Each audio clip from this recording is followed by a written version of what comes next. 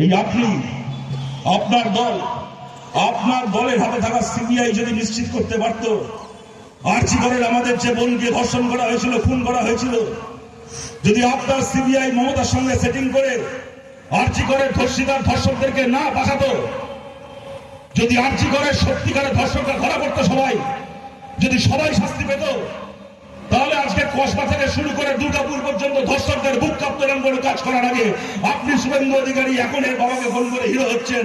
আপনার লজ্জা করে না? আরজি করের এই ঘটনা ঘটার পরে সেই নির্যাতিতা বোনের বাবা মাকে অনেক কিছু বুঝিয়েছিলেন, তাকে নিয়ে মিটিং করেছেন, মিছিল করেছেন, অনেক রাজনীতি করেছেন।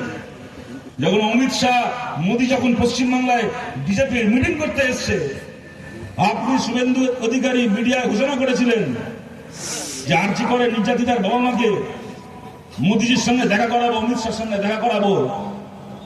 আপনার ওই বাতেলাবাসীকে ছেঁড়া জুতোর মতো করে ডাস্টবিনে ফেলে দিয়েছিল মোদী, অমিত শাহ দেখা করেনি, অস্বীকার করেছিল দেখা করতে।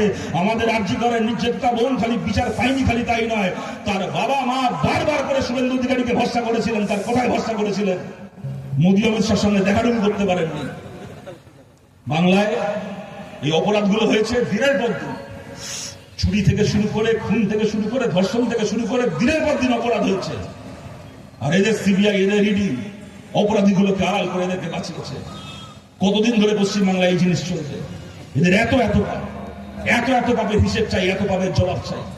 সেই জবাবের জন্য আমরা লড়াই করছি। লড়াই আপনারা আমাদের সঙ্গে থাকুন। এবং মুখ্যমন্ত্রী বললেন